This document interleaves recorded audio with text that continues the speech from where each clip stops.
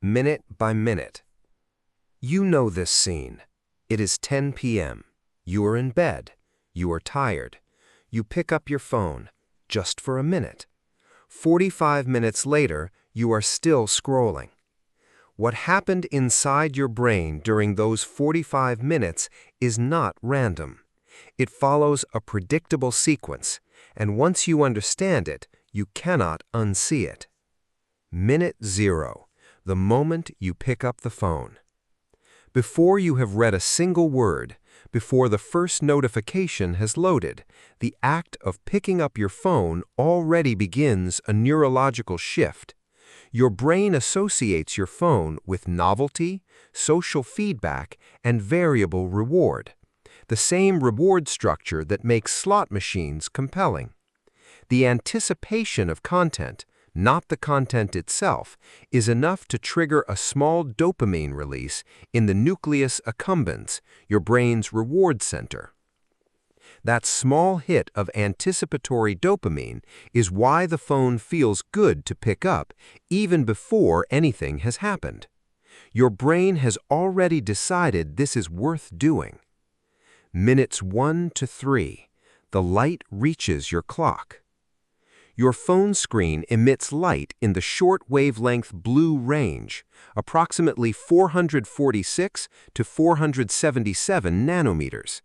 This range is detected by specialized photoreceptors in your retina, called intrinsically photosensitive retinal ganglion cells, IPRGCs. These cells have one primary job: to tell your brain's master clock what time of day it is. Your master clock lives in the suprachiasmatic nucleus of the hypothalamus, a tiny region that controls the timing of almost every biological process in your body. When those cells detect short wavelength blue light, they send a signal to the suprachiasmatic nucleus. It is daytime. Within the first 1 to 3 minutes of screen exposure, this signal is already being received. Your brain's clock does not know it is 10 p.m. It is being told it is noon. Minutes 3 to 10. Melatonin begins to fall. Melatonin is not a sleeping pill. It is a darkness signal.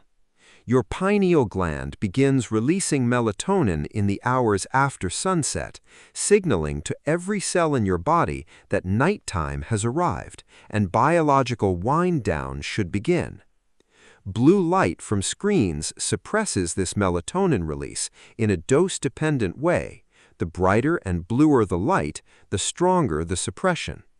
Research consistently shows that evening screen exposure can suppress melatonin by 30 to 50% compared to dim light conditions. The exact suppression varies by screen brightness, distance from the face, individual sensitivity, and duration of exposure. So I want to be precise. The 30 to 50% figure is a range across studies, not a fixed number for every person. But the direction is consistent.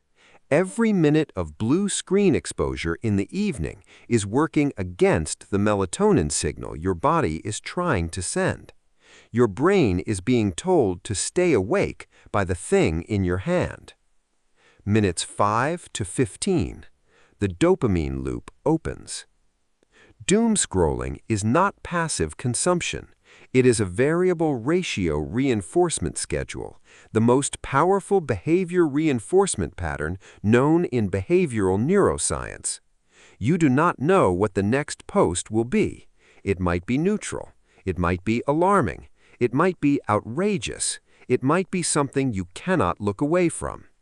That unpredictability, the not knowing, is what keeps the dopamine system engaged.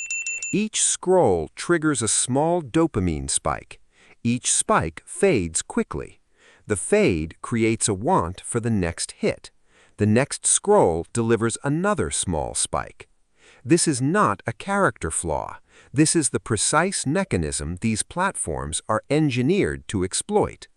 A 2025 paper in a peer-reviewed public health journal described this pattern explicitly as variable reinforcement schedules producing tolerance development, meaning you need more scrolling to get the same dopamine response over time. Minutes 10 to 20. Cortisol begins to rise. Doom scrolling is not called doom scrolling because the content is pleasant. The content is typically alarming, conflict-heavy, emotionally provocative, or designed to produce outrage, because outrage drives engagement, and engagement drives revenue. Your amygdala, the brain's threat detection center, does not distinguish between a threat on a screen and a threat in the room. It processes the content as real. It flags it as relevant. It activates your stress response. Cortisol and adrenaline begin to rise. Research has linked doom scrolling frequency to measurable increases in cortisol and to higher state anxiety scores, with the effect more pronounced at night than during the day. You are now lying in bed in the dark with elevated cortisol, elevated adrenaline, and a brain that has been told it is noon. Your body's entire preparation for sleep is running in reverse. Minutes 20 to 30. Your prefrontal cortex begins to disengage. The prefrontal cortex, the region responsible for rational evaluation, impulse control, and the ability to decide to put the phone down, requires metabolic resources to function. Fatigue, stress hormones, and sustained arousal all reduce prefrontal cortex activity. The longer you scroll, the less capacity you have to decide to stop scrolling. This is why the intention to scroll for 1 minute becomes 45. It is not a lack of willpower.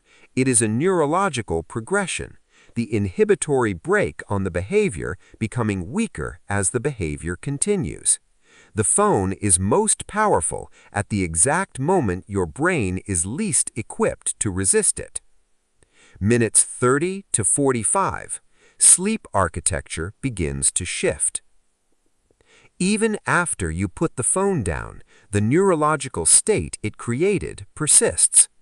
Elevated cortisol delays sleep onset, the time from lying down to actually falling asleep.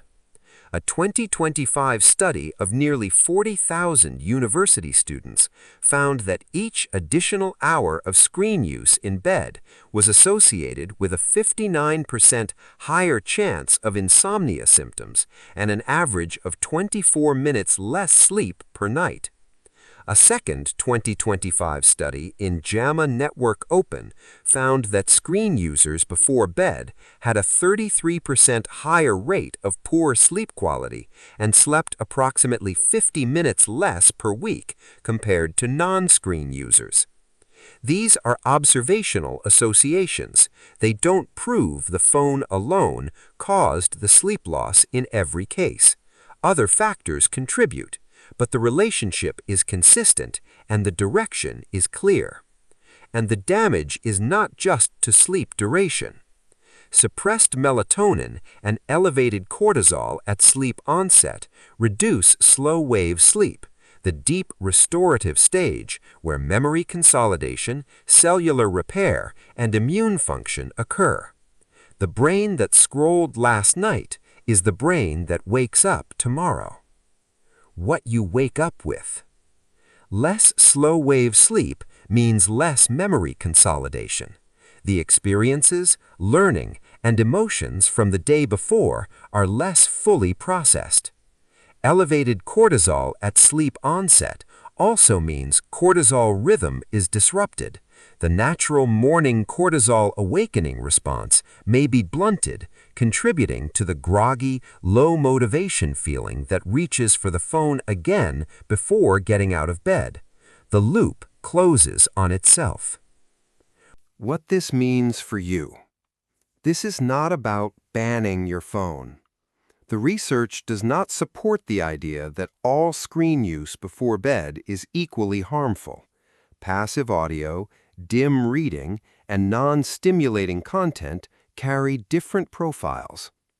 What the evidence consistently identifies as the highest impact factors are short wavelength blue light in the hour before sleep, emotionally arousing content that activates the amygdala and stress response, and the variable reward loop that disengages prefrontal control. The 30 to 60-minute window before sleep is the window your melatonin system needs to be uninterrupted. Screen brightness down, warm tone filter on, or phone in another room, any of these meaningfully reduces the blue light reaching your master clock. But the blue light is only one layer. The content you consume in the last hour before sleep becomes the emotional state your brain tries to consolidate into memory. What you put in last is what your sleeping brain works on first. You cannot always control what the world gives you during the day, but you can control what you hand your brain at the end of it. If you want to understand what your body is doing, one system at a time, Dr. Stix is here